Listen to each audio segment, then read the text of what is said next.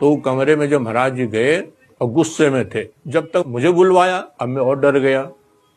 मैं वहां जब गया मैंने देखा तो पूरा कमरा भर गया। हमसे बोले इधर आओ। महाराज जी बोले, मैं नीचे बैठा।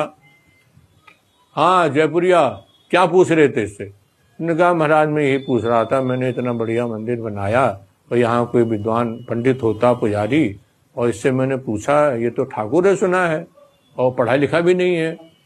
अरे तुम क्या जानो, ये बहुत पढ़ा लिखा हुआ है। अरे तुम क्या जानो, तो इसके पास डिग्री नहीं है। बस डिग्री कौन सी, मीराबाई के पास क्या डिग्री थी, कबीरदास जी के पास क्या डिग्री थी, तुलसीदास जी के पास। एक सांस में उन्होंने कई साधु संतों के नाम ले लिए।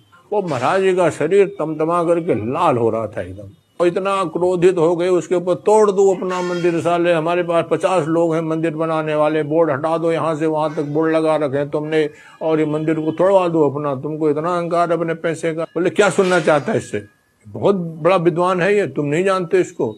तो वो भी अहंकार में चूर था। उसने कहा महाराज जी गीता सुना देंगे।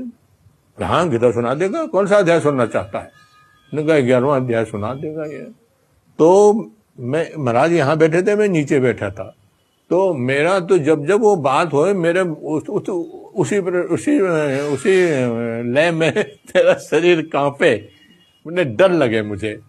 तो महाराज जी ने एक दफे ऐसा कुछ किया कि यूं जैसे पैर बदला और वैसे कम्बल मेरे ऊपर ढकते हुए अंगूठे से मेरे यहाँ पर टच कर दिया, और फिर मैं बिल्कुल ऐसा बेहोश हो गया कि मुझे कोई फिर होश नहीं है। लेकिन ये मुझे लग रहा, आभास हो रहा था कि हाँ मेरे कंठ से आवाज आ रही है, गीता के श्लोक, और इस प्रकार की आवाज, इतनी शुद्ध आवाज मुझे सुनाई दे रहे थे वो, लेकिन मुझे और होश नहीं हो रहा था।